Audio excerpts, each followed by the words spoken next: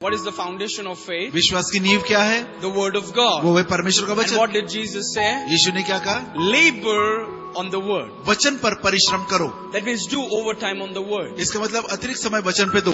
That's your life. ये आपका जीवन है। That's how you live. ऐसा ही तो आप जीवन जीते But हैं। so many times you would ignore the word of God, give it a merely half an hour, 45 minutes, forget about it, and then focus all of our energy and time on temporary things. और फिर अधिकांश बार होता ऐसा है कि हम परमेश्वर के वचन को बहुत थोड़ा समय देते हैं, आधा घंटा 15 मिनट उस वचन को पढ़ लिया तो उसको पढ़ के वहां पे उसको छोड़ देते हैं और उसके बाद अपना अधिकतर प्रयास और परिश्रम उस अल्पकालीन समय तक टिकने वाले काम के लिए लगा देते हैं। So if you don't labor on the word, you can't live by faith. It's impossible. और यदि आप वचन पर परिश्रम नहीं करेंगे तो आप विश्वास से जीवन नहीं जी सकेंगे, यह असंभव काम है। It's impossible because that's the foundation. क्योंकि वचन ही बुनियाद है। If you're very quick to, if you're not focused much on the foundation and very quick to make a building, I don't want to live in that house, praise God. और यदि आप बुनियाद के ऊपर ज्यादा समय व्यतीत नहीं करना चाहते और उसके ऊपर तुरंत निर्माण करके बिल्डिंग खड़ी कर दे तो मैं ऐसे घर में नहीं रहना चाहूंगा। Because it is not stable. क्योंकि वो स्थिर नहीं होगा। One breeze and your house will be on the floor. और एक ही हवा चली और आपका घर जमीन पर। Because it's too quickly built. क्योंकि बहुत तेजी से बनाया गया है। Foundation takes time. बुनियाद को समय लगता है। In other words, there is a labor on the word. इसका मतलब वचन पर एक परिश्रम की आवश्यकता है। Now listen to this very carefully. ध्यान से सुनिए। People who don't sweat on the word will sweat in life. और वे लोग जो वचन पर मेहनत करके पसीना नहीं बहाते वो जीवन में पसीना बहाएंगे। Yeah, they will. वे जरूर बहाएंगे। Because they don't have time to sweat on the word, so they will sweat in life. और क्योंकि उनके पास वचन पर परिश्रम करके पसीना बहाने के लिए समय नहीं तो जीवन में पसीना बहाएंगे। People, those who don't sweat in the word will sweat in life. और वे लोग जो वचन में पसीना नहीं बहाते वो जीवन में पसीना बहाएंगे। Adam was never supposed to sweat. और आदम को तो कभी पसीना बहाना ही नहीं चाहिए था। Came after the curse. तो श्राप के बाद ये बात उसके जीवन में आई। Work was there, but without sweat. काम तो था परंतु पसीने के बगैर। But sweat came after the curse. परंतु श्राप के बाद पसीना आया। Who told you that you have to sweat to make a living? किसने आपको ये बता दिया कि अपना जीवन यापन करने के लिए पसीना बहाना होगा? That came right from hell. ये नरक से आई हुई बात है। Amen. आमीन। We don't sweat to make a living. अपना जीवन यापन करने के लिए हम पसीना नहीं बहाते। Because I live by faith. क्योंकि मैं विश्वास से जीवन जीता हूँ। You see, faith is my living. क्योंकि विश्वास मेरा जीवन है। And the foundation of faith is God's word. और विश्वास की बुनियाद परमेश्वर का वचन है। And that's why we labor on the word. इसलिए हम वचन में जीवन जीते हैं। We work on the word. हम वचन पर काम करते We हैं। do overtime 6 hours, 8. We work on the word. हम वचन पर काम करते 12 घंटे 6 घंटे काम करते हैं। Because as your foundation becomes strong, your faith becomes stronger. क्योंकि जितना अधिक आपकी नींव मजबूत होगी उतना अधिक आपका विश्वास मजबूत होगा। And your faith becomes stronger, God is able to do more in and through you. और जितना अधिक आपका विश्वास मजबूत होगा उतना अधिक परमेश्वर आप में और आपके द्वारा काम कर पाएंगे। So if you don't sweat in the word, you will, I guarantee you will sweat in life. और यदि आप वचन में पसीना नहीं बहाएंगे तो मैं आपको इस बात का निश्चय दिलाता हूँ कि आप जीवन में पसीना बहाएंगे। It's in the word. ये वचन में है। Again, I guarantee you, if you don't sweat in that Bible, you will sweat in your life. और मैं फिर एक बार इस बात का निश्चय आपको दिलाता हूँ कि अगर आप अपनी बाइबल में पसीना नहीं बहाएंगे तो जीवन में पसीना बहाएंगे। Amen. आमीन। If you sweat in the word, you will live a sweat-free life. और यदि आप वचन में पसीना बहाएंगे तो पसीना रहित जीवन जिएंगे।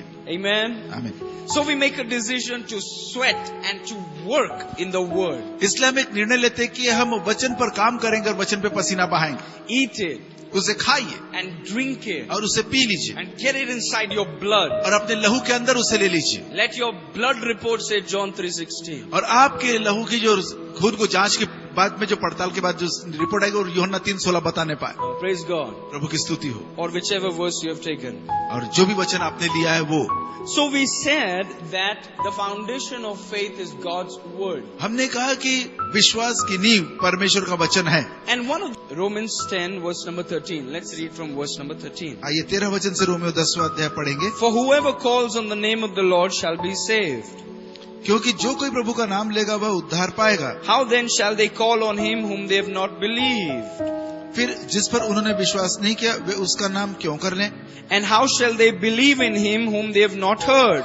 और जिसकी उन्होंने सुनी नहीं उस पर क्यों कर विश्वास करें? Why didn't the lady believe Jesus? Because she never heard about Jesus. क्या कारण था कि उस महिला ने यीशु पर विश्वास नहीं किया? क्योंकि उसने यीशु का नाम कभी सुना ही नहीं था। If I have to believe something, then I got to hear about it. यदि मुझे किसी बात पर विश्वास करना है तो मुझे उसके विषय में सुनना होगा। How shall they believe unless they hear?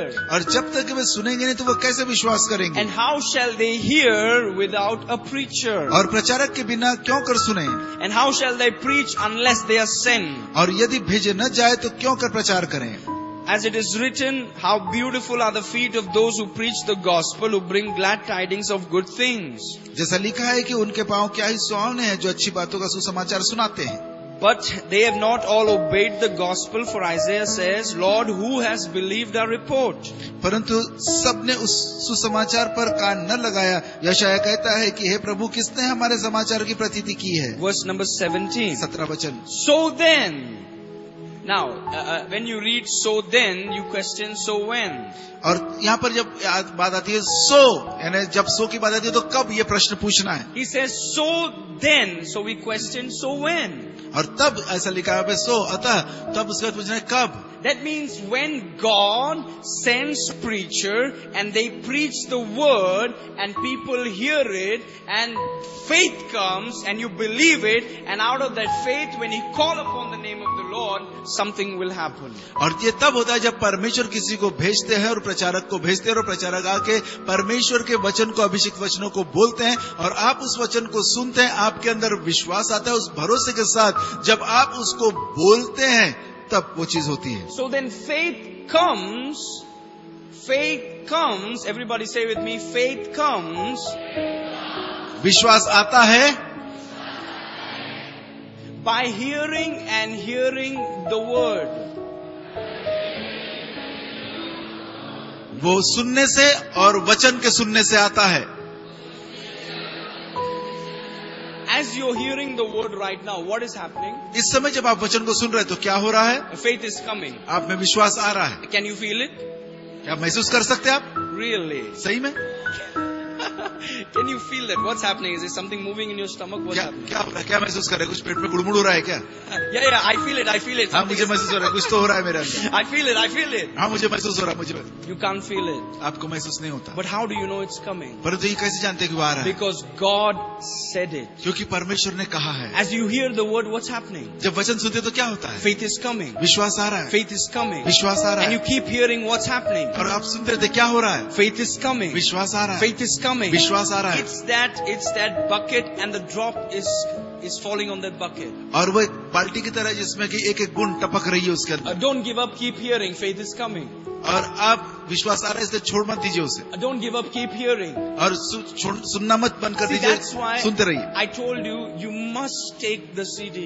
और इसलिए मैंने आपसे कहा कि वो सीडी आप अवश्य लीजिए। Because there are anointed people who are sent by Jesus Christ to teach the word of God. क्योंकि अभिषिक्त लोग आपको परमेश्वर का वचन सिखाने के लिए यीशु के द्वारा भेजे गए हैं। And when they teach the word of God and when you hear it and accept it, something is happening in your spirit. क्योंकि जब वो परमेश्वर का वचन आपको सिखाते और आप उसे स्वीकार करते तब आपकी आत्मा में कुछ होने लगता है।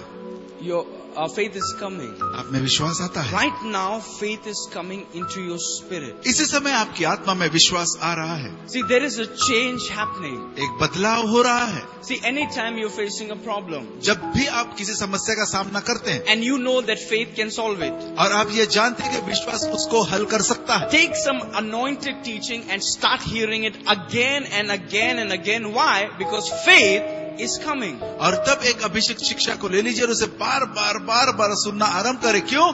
इससे विश्वास आता है। Because it's faith that will turn the situation around. क्योंकि वो विश्वास ही है जो परिस्थिति को उलट के रख देगा। And how does faith come? और विश्वास कैसे आता है? Faith comes by hearing and hearing the word. क्योंकि विश्वास सुनने से और सुनना वचन से होता है। So no matter what kind of a teacher or a preacher you are, every believer is supposed to hear the word. और चाहे आप किसी प्रकार के शिक्षक हो क्यों ना हो, परंतु हर एक विश्वासी को वचन सुनना ही है। And as you hear that anointed teacher and anointed preacher, as you're consistently hearing it, what's happening? Faith is coming. और जैसे ही आप उस अभिषेक शिक्षक को सुनते हैं, लगातार आप सुनते रहते हैं, विश्वास आने लगता है। Now let me tell you,